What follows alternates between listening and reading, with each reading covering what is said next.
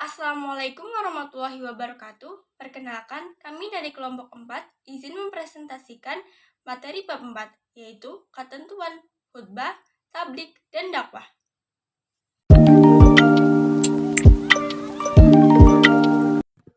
Assalamualaikum warahmatullahi wabarakatuh. Perkenalkan, nama saya Aprilia Kusmalandari dari kelas 11 IPS 4 absen 6.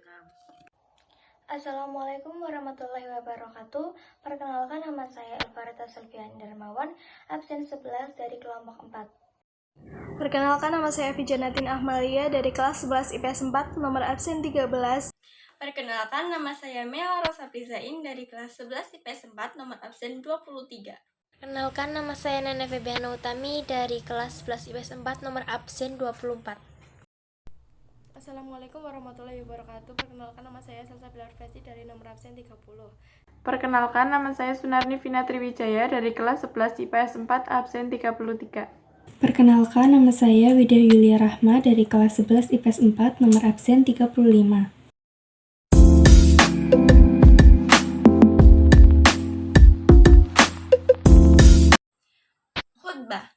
Khutbah berasal dari kata khutbah yakhtubu khutbatan, bermakna memberi nasihat dalam kegiatan ibadah seperti sholat.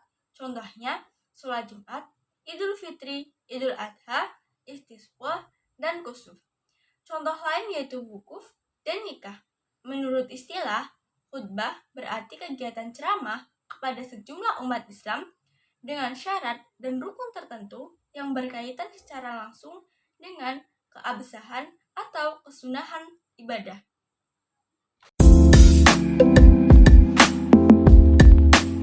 Pengertian tablik. Tablik berasal dari kata baligho, yubalighu, tabaligha yang berarti menyampaikan, memberitahukan secara lisan. Menurut istilah, tablik adalah kegiatan menyampaikan pesan Allah SWT secara lisan kepada satu orang Islam atau lebih untuk diketahui atau diamalkan isinya. Pengertian dakwah.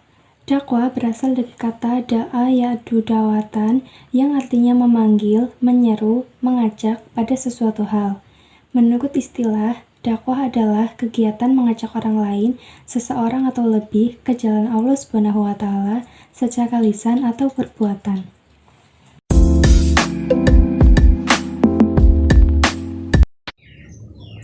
Pentingnya khutbah. Hal-hal yang harus dimiliki oleh seorang khatib. Yang pertama, seorang khatib harus memahami akidah yang sahihah atau benar, sehingga dia tidak sesat dan menyesatkan orang lain. Maksudnya adalah, seorang khatib harus tahu apa yang mereka sampaikan itu benar, sehingga dia itu tidak sesat dan juga tidak menyesatkan orang lain. Yang kedua, seorang khatib harus memahami fikih, sehingga mampu membimbing manusia dengan cahaya syariat menuju jalan yang lurus. Maksudnya adalah, seorang khatib harus memahami fikih. Jadinya mereka bisa membimbing manusia untuk menuju jalan yang lurus. Yang ketiga, seorang khatib harus memperhatikan keadaan masyarakat. Kemudian mereka mengingatkan dari penyimpangan-penyimpangan dan mendorong pada ketaatan. Maksudnya adalah seorang khatib harus tahu keadaan masyarakatnya. Kemudian mereka harus mengingatkan dari penyimpangan-penyimpangan dan juga mendorong mereka untuk taat. Nomor 4. Seorang khatib sepantasnya juga orang yang soleh. Mereka mengamalkan ilmunya, tidak melanggar larangan sehingga akan memberikan pengaruh kebaikan kepada para pendengar. Maksudnya adalah seorang khatib di sini harus seorang yang soleh. Mereka harus bisa mengamalkan ilmunya, tidak melanggar peraturan atau larangan, sehingga mereka akan memberikan pengaruh yang baik kepada para pendengar.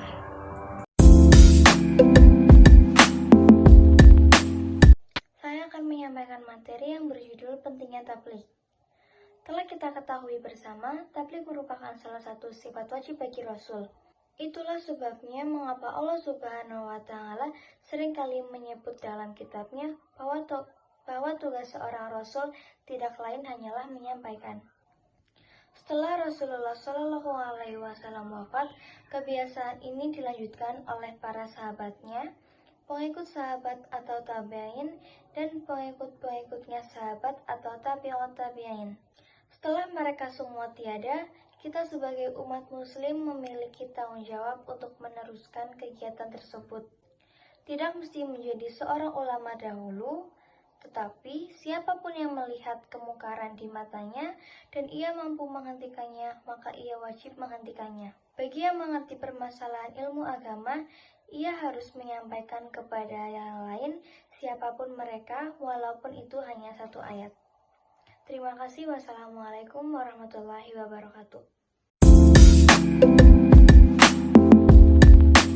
Menjelaskan pentingnya berdakwah. Salah satu kewajiban umat Islam adalah berdakwah. Sebagaimana ulama ada yang menyebut berdakwah itu hukumnya fardu kifayah atau kewajiban kolektif, dan ada juga yang menyatakan fardu ain. Rasulullah selalu mengajarkan agar seseorang muslim selalu menyeru pada jalan kebaikan dengan cara-cara yang baik. Setelah itu, dalam berdakwah kita akan mendapatkan ridha dari Allah Subhanahu wa Ta'ala. Nabi Muhammad mencontohkan dakwah kepada umatnya melalui lisan, tulisan, dan perbuatan. Sekian, terima kasih. Ketentuan khutbah. A. Syarat khotib. 1. Islam. 2. Balik. 3. Berakal sehat. 4. Mengetahui ilmu agama. B. Syarat 2 khutbah. 1. Khutbah dilaksanakan sesudah waktu zuhur. 2. Khotib duduk di antara 2 khutbah. 3. Khutbah diucapkan dengan suara yang keras dan jelas. 4. Tertib. C. Rukun khutbah. 1. Membaca hamdalah. 2. Membaca syahadatan. 3. Membaca sholawat. 4. Berwasiat takwa. 5. Membaca ayat Al-Quran pada salah satu khutbah. 6. Berdoa pada khutbah kedua. D. Sunnah khutbah. 1. Khotib terdiri ketika khutbah. 2. Mengawali khutbah dengan memberi salam. 3. Khutbah hendaknya jelas, mudah dipahami, tidak terlalu panjang. 4. Khotib menghadap jamaah ketika khutbah. 5. Menertibkan rukun khutbah. 6. Membaca surat Al-Ikhlas ketika duduk di antara 2 khutbah.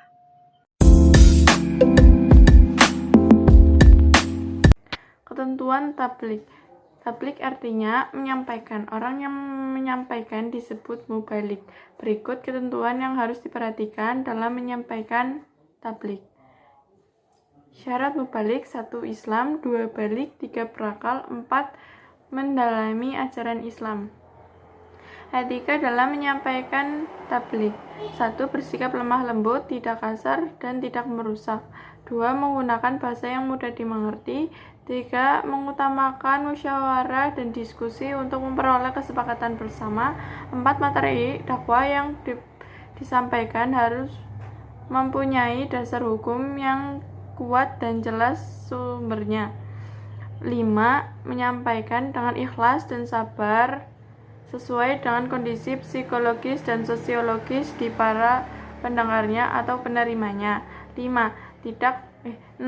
Tidak mempengaruhi orang lain untuk bermusuhan, merusak, berselisih, dan mencari-cari kesalahan orang lain.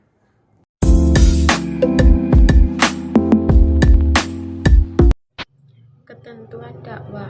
1. Syarat dakwah. A. Islam. B. Balik. C. Berakal. D. Mendalami ajaran Islam. 2. Etika dalam berdakwah. A. Dakwah dilaksanakan dengan hikmah, yaitu ucapan yang jelas, tegas, dan sikap yang dilaksanakan. B. Dakwah dilakukan dengan muizatul hasanah atau nasihat yang baik, yaitu cara persuasif dan edukatif. C. Dakwah dilaksanakan dengan memberi contoh yang baik. D. Dakwah dilakukan dengan mujadalah, yaitu diskusi dengan tukar pikiran yang berjalan dengan dinamis dan satuan serta menghargai pendapat orang lain.